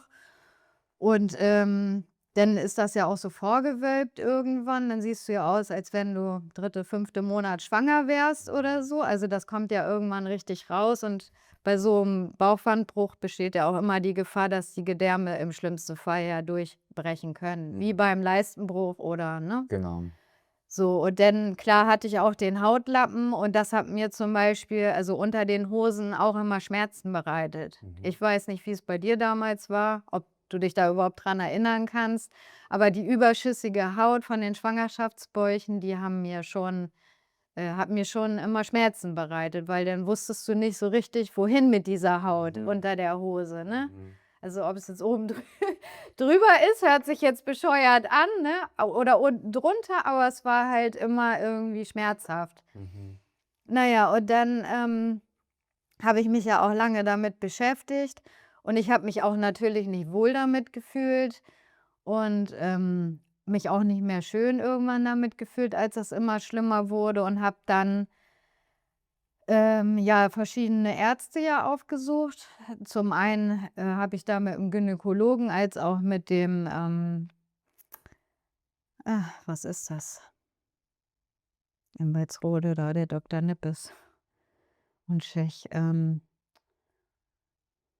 Das ist ja auch so für Rücken und Knochen und Ach so. so, Orthopäde. Orthopäde, genau. War bei denen und dann bin ich ja auch zu den Schönheitschirurg, beziehungsweise ja nicht nur zu einem. Ich habe mir ja auch mehrere angeguckt und da war ja auch schon so bei dem einen in Bremen, dachte ich: „Oh Gott, wo bist 'n hier gelandet?“ Ich habe mich gefühlt ja wie bei so 'nem Schlachter auf'm Hinterhof und da hatte ich 'n ganz schlechtes Gefühl und da bin ich dann auch direkt gefahren und dann habe ich das erst mal gedacht: „Okay, lassen wir das mal ruhen.“ Und das hat mich dann aber weiter beschäftigt, weil die Schmerzen waren ja auch enorm. Und da bin ich ja nach Hannover zur Cosmopolitan Ästhetik und hatte da dann mit Dr. Amatli das Gespräch und da habe ich mich gleich wohlgefühlt. Und dann war das bei mir so 'n schmaler Grat zwischen medizinisch notwendig und der Ästhetik halt, dass man das aus Schönheitsgründen machen möchte. Und das Schöne war bei ihm, dass er gesagt hat: „Okay, wenn ich Sie in Braunschweig operiere, dann können wir das über die Krankenkasse laufen lassen“, weil die haben ja vorab gesagt: „Also, wir können Ihnen da keine klare Ab oder Zusage sagen, weil in der Regel zahlt das die Krankenkasse ja nicht.“ Genau. So und dadurch, dass es aber nicht nur, sage ich mal, ach so, genau, und Dr. Amatli, muss ich noch dazu sagen, hatte mich dann angesprochen. Er sagte: „Ja, und übrigens, Sie haben auch 'n Nabelbruch, das wissen Sie, ne?“ Und da sage ich: „Ne, das weiß ich nicht.“ Und ich hatte ja immer so 'ne komische Beule über dem Nabel, was ja auch immer stärker wurde. Und ich habe mir aber nicht gedacht, das könnte Nabelbruch sein. Na ja, und dann hat er gesagt: „Gut, dann würden wir das volle Paket machen.“ Und dadurch, dass der Frauenarzt und der Orthopäde mir auch 'n Bericht geschrieben haben, dass das wirklich notwendig ist, damit ich auch dauerhaft zum Beispiel auch wieder rückenschmerzenfrei werden kann, weil ja auch das alles zusammenhängt, ne, Bauch und Rückenmuskeln, haben wir das dann über den Weg so laufen lassen. Das war mein Glück, dass die Ärzte mich da auch gut unterstützt haben. Und dann quasi war ja die OP und ähm da wurde die Bauchmuskeln quasi ja vom Brustbein bis zum Schambein innerlich zusammengenäht und das wurde ja dann aber so gemacht, man kann das natürlich minimalinvasiv machen. Da hätte man dann quasi über die Bauch her so Einschusslöcher und dann wird das innerlich zusammengenäht, wieder genauso wie der Nabelbruch. Aber ich habe ja mich entschieden: „Okay, ich lasse die Bauchschürze gleich mit entfernen“, Ja.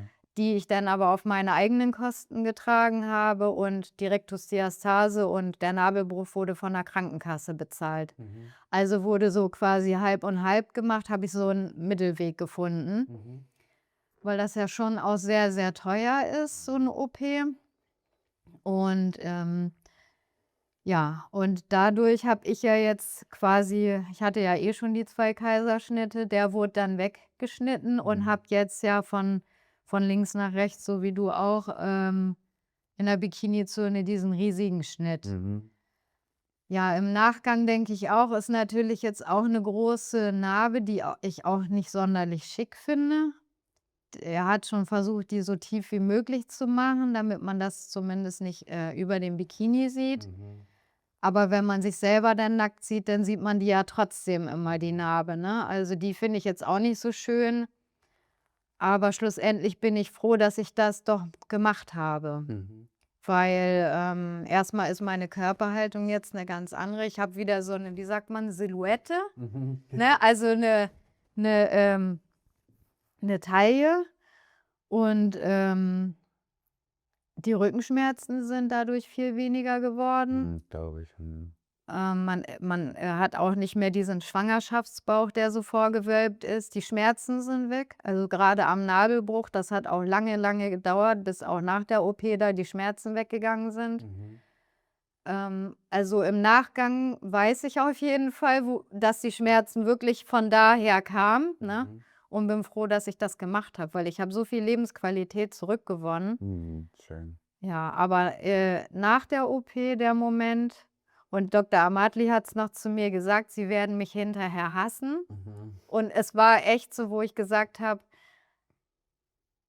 „So 'ne Scheiße mache ich nie wieder. Warum habe ich das getan? Ich möchte am liebsten nur aus meinem Körper rausspringen", ne? Mhm.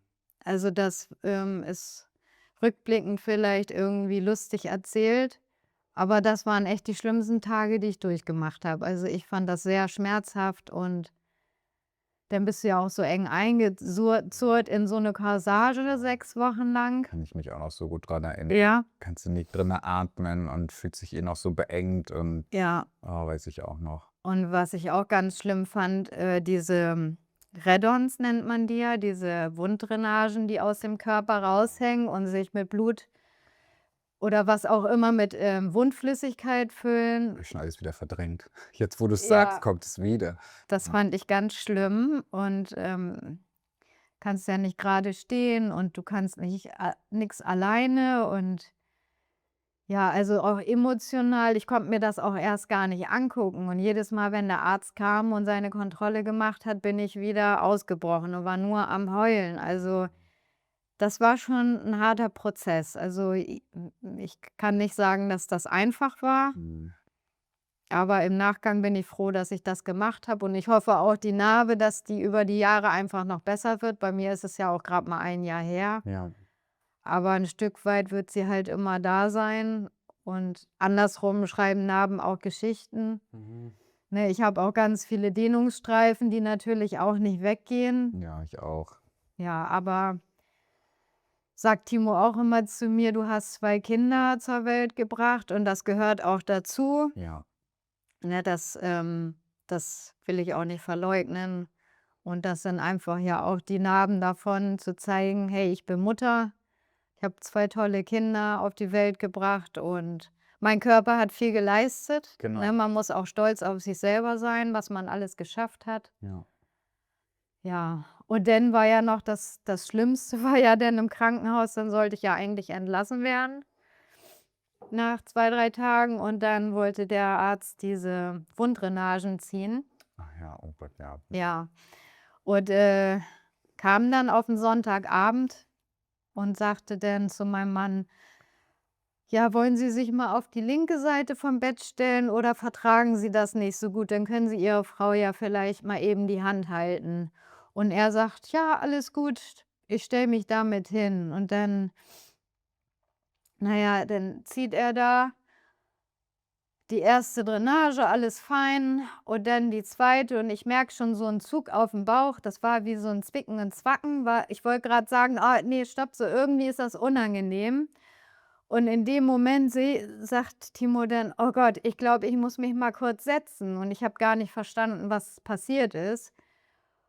Und dann sehe ich nur, wie mein Mann ums Bett vorne und Dr. Amatli: „Oh, schnell, Herr Stattlich, setzen Sie sich mal hin. Schnell, schnell, schnell, sonst kippt er mir hier gleich um.“ Und ich sehe nur, wie Timo da auf dem Stuhl sitzt, kreidebleich, richtig grau im Gesicht, also so grau-grün, so habe ich den auch noch nie gesehen.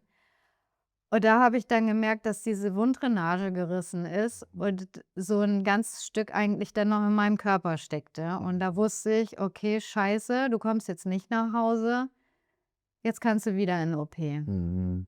So, und auf der Seite ist natürlich jetzt die Narbe auch nicht so schön verheilt. Mhm.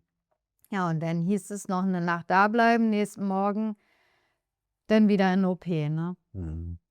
Ja. Ja, ich finde das auch, also, bei mir hat man damals nichts gesehen so. Bei mir war es, ich weiß es bis heute nicht so genau, aber ich glaube, ich war nämlich nachts auch, habe mich versucht, irgendwie nach der OP auf Toilette zu gehen, Ja, so wie du ja aussagst, man läuft ja dann so ganz krumm ja, und dann, glaube ich, bin ich mit meiner Drainage am Klo hängen geblieben. ja. Und das hat auch übelst wehgetan, aber ich dachte: so, habe mich wieder ins Bett gelegt und dann am nächsten Morgen kam halt der Arzt und hat gesagt: „Oh Gott, der ganze Bauch ist hart. Oh Da muss nein. ganz viel Blut drin sein.“ Und dann bin ich ja auch direkt, weil die da in dieser Schönheitsklinik, auch in Hannover, aber bei einem anderen Arzt, ja, Mhm. hatten die dann nicht die Möglichkeit. Dann mussten sie mich ja noch per also per Krankenwagen dann nach Hannover schippen. Das ging auch alles viel zu schnell. Ich habe das alles gar nicht so realisiert. Ich glaube, deswegen ist Mama auch Ja, so on the edge bei diesem Thema. Und ja, da habe ich auch erst viel später so geschnallt: „Oh Gott, ich glaube, das war echt ganz schön gefährlich ja. so.“ In dem Moment war man so: „Hey, was ist denn? Ist doch alles fein.“ Du bist ja auch so voll mit Schmerzmitteln, dass du's ja Ja. dann auch kaum merkst. Deswegen, ja, ist das schon, ich finde das Thema wirklich ein sehr spannendes Thema, weil das habe ich ja auch dir damals gesagt, als du mich gefragt hast: Was hältst du davon?“ und so. Ich bin immer noch der Meinung, gerade aus medizinischen Gründen noch mehr, Mhm. aber auch aus ästhetischen Gründen, wenn dich das einfach so sehr stört und es Möglichkeiten gibt, was zu machen, Ja. dann gib doch lieber das Geld dafür aus, dass du dich jeden Tag ein bisschen besser fühlst, Mhm. anstatt zu sagen: „Nee, das belastet mich jetzt den Rest meines Lebens.“ Natürlich ist es immer ein schmaler Grat zwischen Akzeptanz Mhm. und Veränderung, also, dass man eben auch sagt: „Okay, das eine oder andere muss man halt Ja, akzeptieren.“ richtig. Ähm, und da dann, ja, diesen, wie soll ich das sagen, wenn Leute einen dann fragen: „Ja, würdest du das noch mal machen oder soll ich das machen?“ oder so, ich finde das wirklich schwer, da so 'ne Einschätzung zu Ja. geben, weil am Ende ist es halt schon 'n Eingriff, es ist gefährlich, wie du sagst, es tut weh.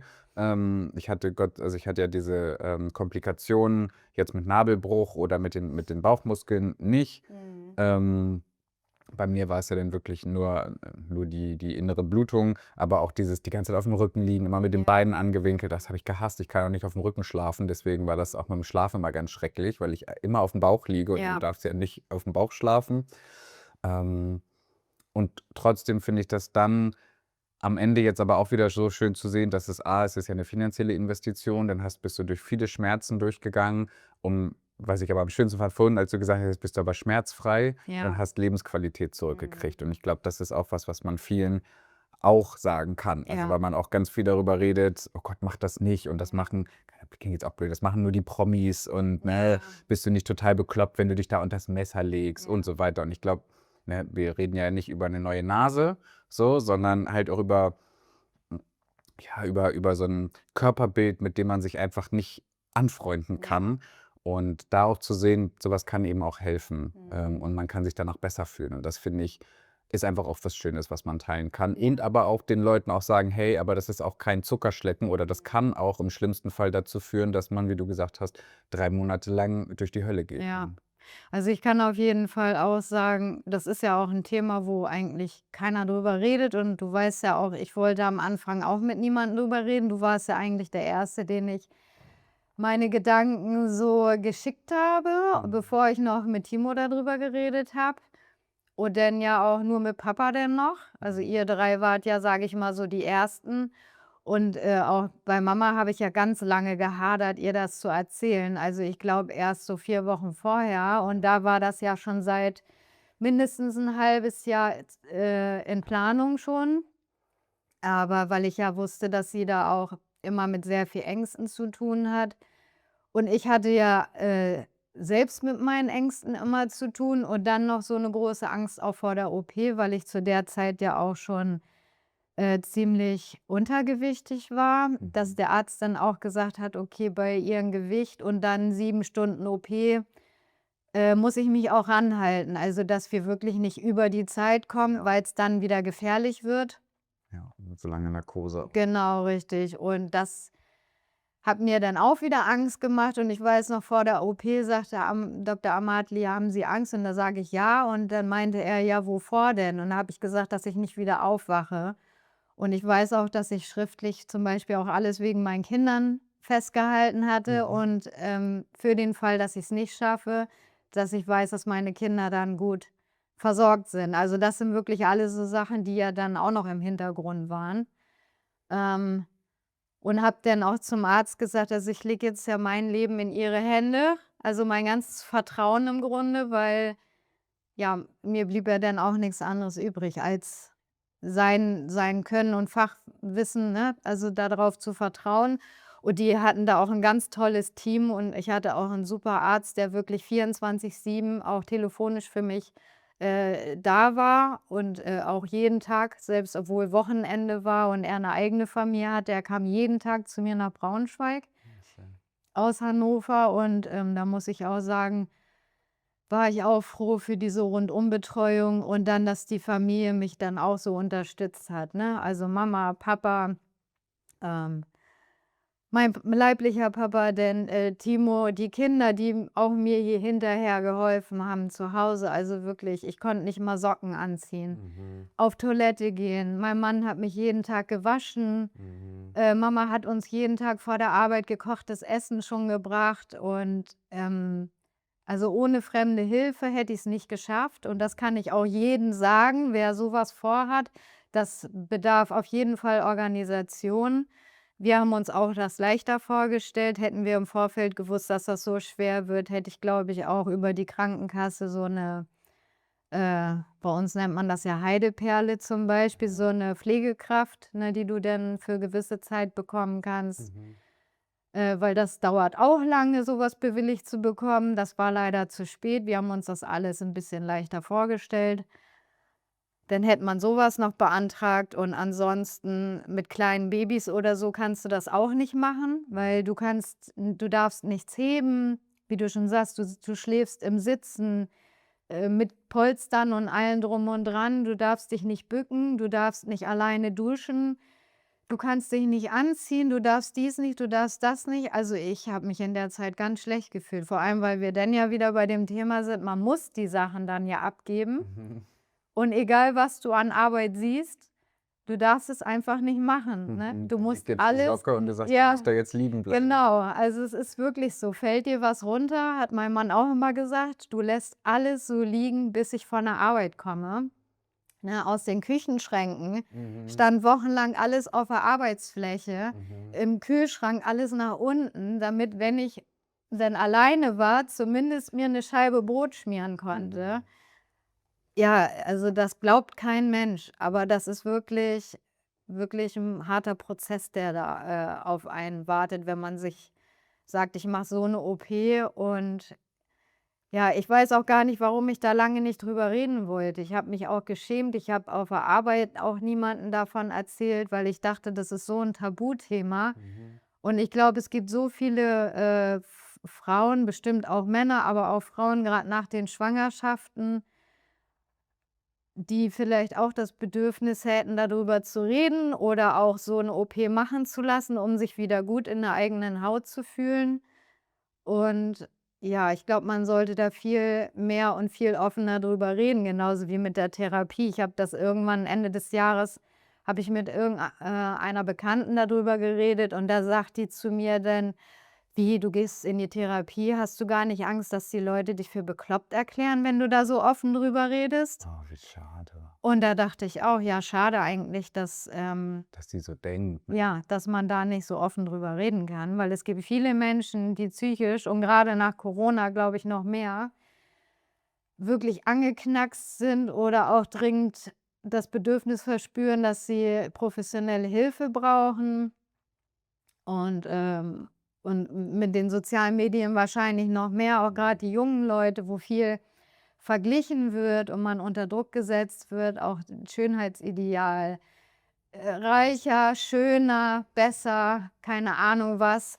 Alles retuschiert. Ja, genau. Also ich glaube, da sind so viele Faktoren und ich finde es traurig, dass man über all diese wichtigen Dinge nicht offen reden kann, weil man so verurteilt wird von der Gesellschaft. Ja, und das finde ich auch einen ganz tollen Punkt, was du sagst. Am Ende beeinflusst alles sich gegenseitig. Und wenn es dir selber nicht gut geht, dann strahlst du das auf dein Umfeld aus. Dein Umfeld weiß vielleicht nicht, wie es mit dir umgehen soll. Dann kriegst du vielleicht auch nicht den Support, den du bräuchtest, weil dein Umfeld ja auch gar nicht weiß, welchen Support du brauchst, weil man Ja. am Ende nicht darüber redet. Mhm. Und am Ende kannst du dann aber vielleicht auch nicht die Person sein, die du gerne möchtest. Die Mutter, die du sein Ja. möchtest, die Ehefrau, die du sein möchtest, die Freundin, die Tochter, was du gerade alles aufgezählt hast, kann man am Ende vielleicht gar nicht sein, wenn du am Ende auch nicht dir selbst eingestehst, okay, aber jetzt bin ich die Person, die die Hilfe braucht. Ja.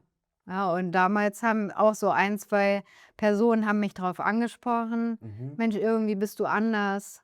Geht's dir nicht gut? Du wirkst in der letzten Zeit so abwesend“ und so. Das war so kurz vor meiner OP eigentlich, dass da schon so 2, 3 Personen waren, die mich drauf angesprochen haben. Und bis dahin habe ich das aber ja immer noch nicht selber wahrgenommen. Also dieses richtige Tief kam ja wirklich erst nach der Operation. Und dann habe ich gemerkt, okay, ich glaube, jetzt habe ich's verstanden, dass da irgendwas auch psychisch ist, was ich dringend in den Griff kriegen muss, weil ich gemerkt habe, also bis hierhin und weiter geht's nicht mehr. Und, diese Pause, die war auch, glaube ich, super, super wichtig, um für mich da auch einfach so eine Akzeptanz Mhm. zu bekommen und daran zu arbeiten. Mhm. Also, da hätten noch 10 Leute sagen können: „Also, irgendwie bist du komisch. Mhm. Irgendwas ist anders.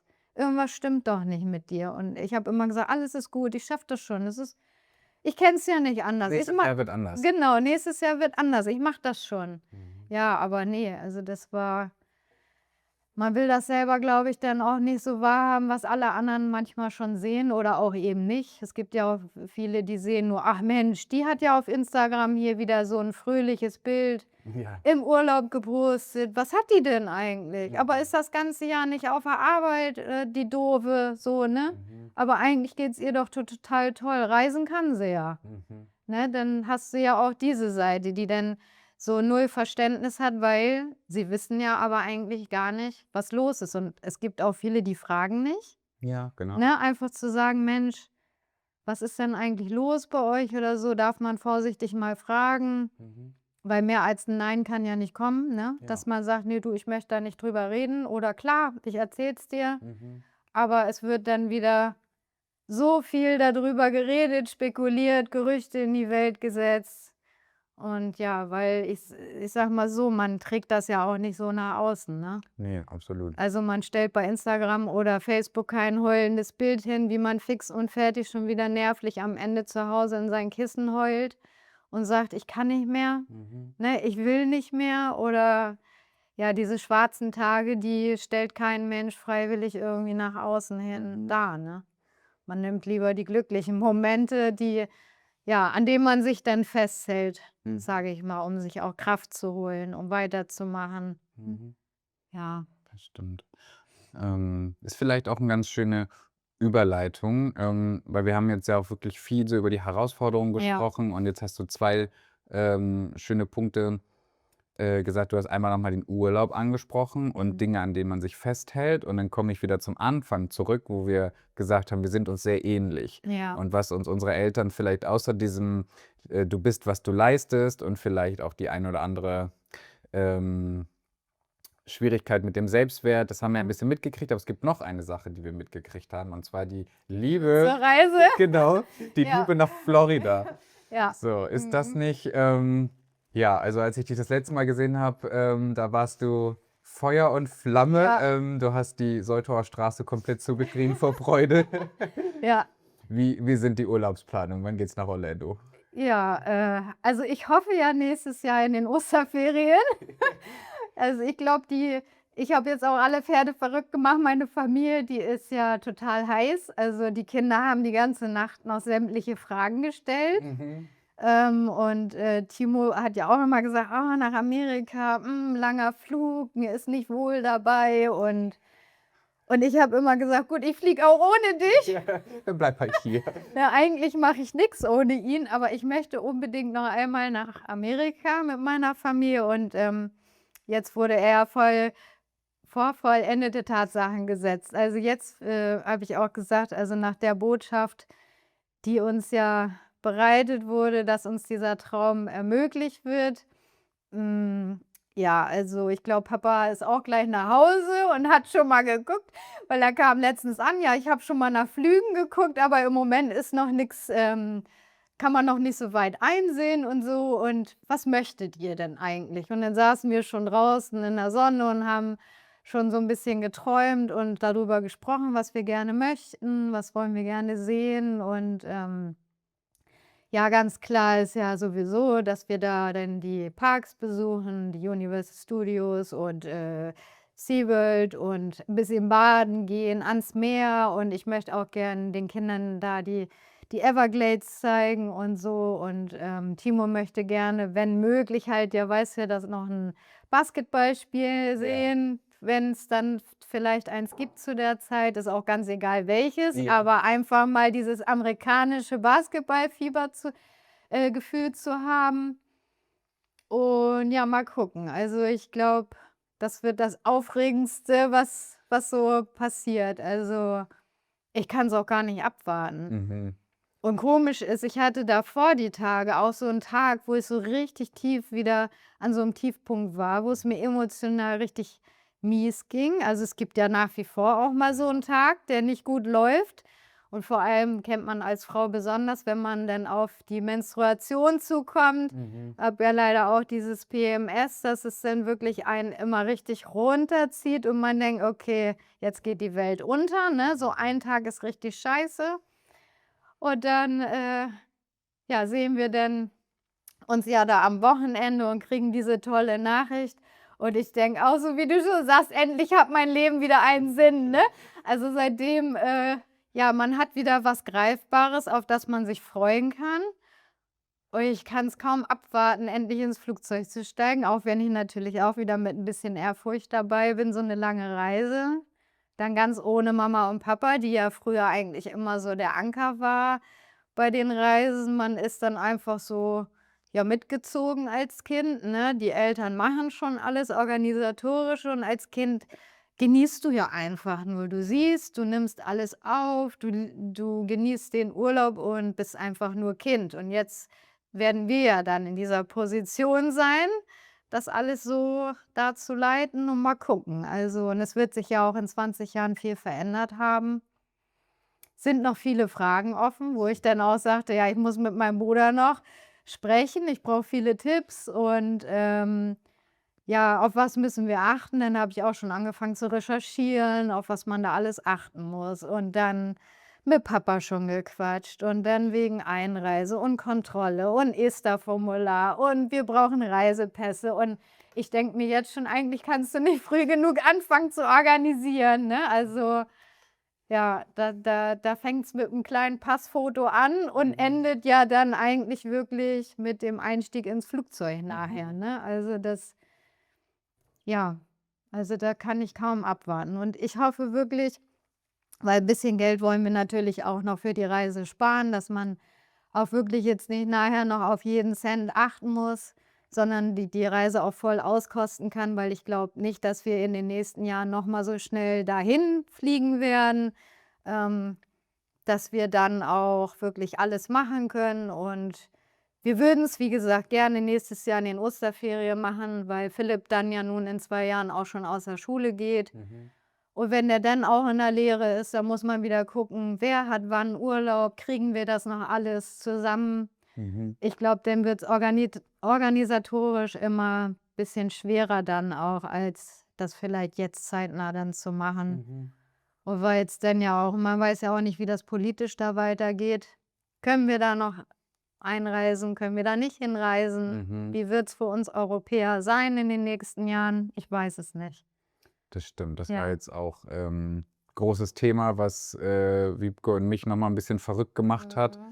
Ich hatte ja das mit ihr die Geschichte auch schon ein bisschen angedeutet, dass das ja jetzt auch dann zweimal nicht geklappt hat und Ja. so. Und sie ja dann einmal abgewiesen wurde, weil Reisepass als gestohlen gemeldet. Und dann kam Papa letztens auch irgendwie mit, ja, es werden immer mehr abgewiesen an den Grenzen und Ja. so. Und dann hat er uns damit auch total wahnsinnig gemacht, weil dann fängst du an zu lesen und dann denkst du auf einmal so, oh Gott, was ist, wenn das da auch passiert? Was ist, wenn wir wirklich da diesmal hinfliegen und dann in Los Angeles, weil wir jetzt Kalifornien ja die Ecke machen, aber dann heißt es, ja, nee, fliegen Sie wieder zurück oder das wäre der Albtraum. Und dann waren wir schon so kurz davor, unsere Kalifornienreise umzubuchen auf Singapur, also Wiebke und ich, weil wir jetzt gesagt hatten, okay, wir wollen einfach nur unseren perfekten, traumhaften Urlaub zusammen. Und in Singapur gibt es auch ein Universal, ist alles dicht beieinander, ist super tropisch, Ja. ist warm. Da gibt es eine riesengroße Harry Potter Land und Ausstellung und so. Lass uns lieber das machen, weil da kommen wir auf jeden Fall rein. Ja.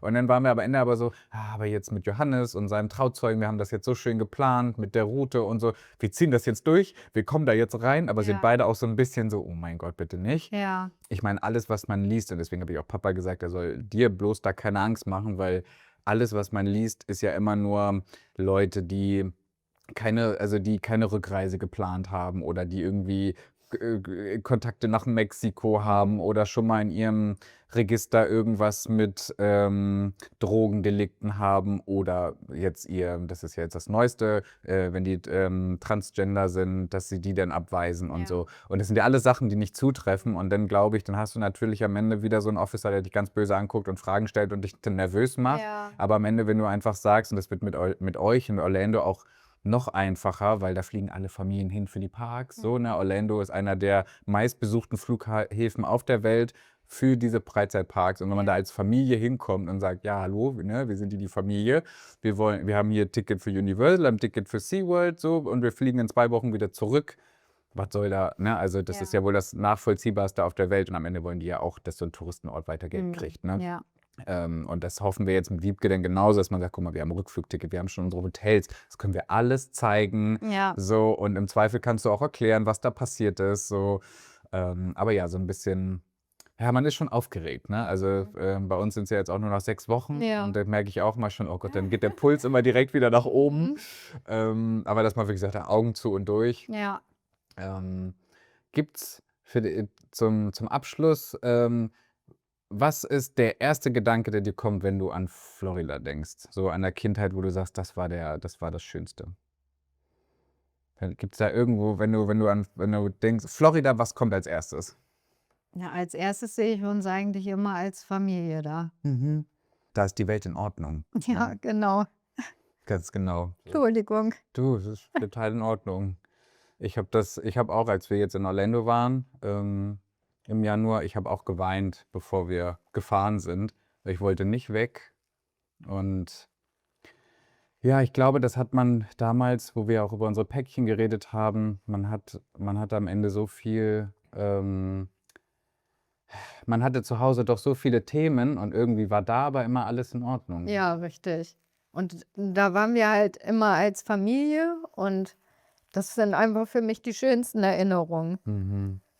Also ja, wenn ich da zurückdenke, wie gesagt, ich sehe oder ich habe als Kind immer nur diese heile Welt in Erinnerung. Mhm. Diese schönen Momente da und ja, Ich auch. Also es ist dieses mit, weiß ich nicht, durch den Wet n Wild laufen, ja, genau. so und irgendwie gab es da die Probleme nicht, die man dann zu Hause hatte. Ja, Ne? richtig. Und Es das, war einfach schön und Orlando selber ist so ein traumhafter Ort, finde ich. Die Strände und die Parks und alleine nur in den Walmart einkaufen zu gehen, ist ja für uns Deutsche wie so ein Ausflug auch im Freizeitpark. ja, voll. Also, Diese 5-Liter-Kanister an Trinken, ne, wo du so ja, denkst, ey, wer kauft denn sowas? da könntest du ja schon einen Tag drinne verbringen, um das alles zu erkundschaften, glaube ich, ne? Also, ja, da sind viele Sachen, aber wirklich, ja, so dieses als Familie das erlebt zu haben, das habe ich einfach so in Erinnerung. Und deswegen war es mir wahrscheinlich auch immer wichtig, mit meinen Kindern und mit meinem Mann das auch so zu erleben. Und das sind einfach so schöne Erinnerungen generell, das Reisen. Und das hat mir auch lange gefehlt. Deswegen habe ich auch immer Fernweh. Du kennst das selber. Ja. Es gibt so viel da draußen zu entdecken und man weiß ja auch nicht, wie lange man gesund ist oder lebt. Und ich denke immer, wenn nicht jetzt, wann dann, ne? Mhm. Also man sollte so viel reisen und sehen, wie nur möglich, finde ich, solange man das kann. Mhm. Und nicht alles aufschieben. Weil das habe ich auch lang genug jetzt gemacht. Mhm. Wir sollten im Hier und Jetzt leben und genau. Dem habe ich nichts hinzuzufügen. Ja, Super schön. Ich fand es richtig, richtig schön, dass wir das heute mal machen Ja. konnten. Wir haben uns, glaube ich, noch nie so lang mal über alles so ausführlich unterhalten Mhm. können. Vielen, vielen Dank, dass du so schöne Sachen auch geteilt hast. ja, Gerade danke auch, dass ich dabei sein konnte, mit dir mal sowas zu machen. Fühle ich mich ja auch geehrt, ja, es ist auch, gefragt hast. ich glaube auch, dass es so viele da draußen gibt, die mit dem resonieren können, was du gerade gesagt hast, sich da angesprochen fühlen. Und ich glaube, da kann man am Ende einfach nur die Botschaft mitgeben, ja, achte auf dich, Ja. vielleicht nicht immer nur durchhalten und am Ende sich aber eben auch auf die schönen Dinge freuen und im Hier und Jetzt leben. Richtig.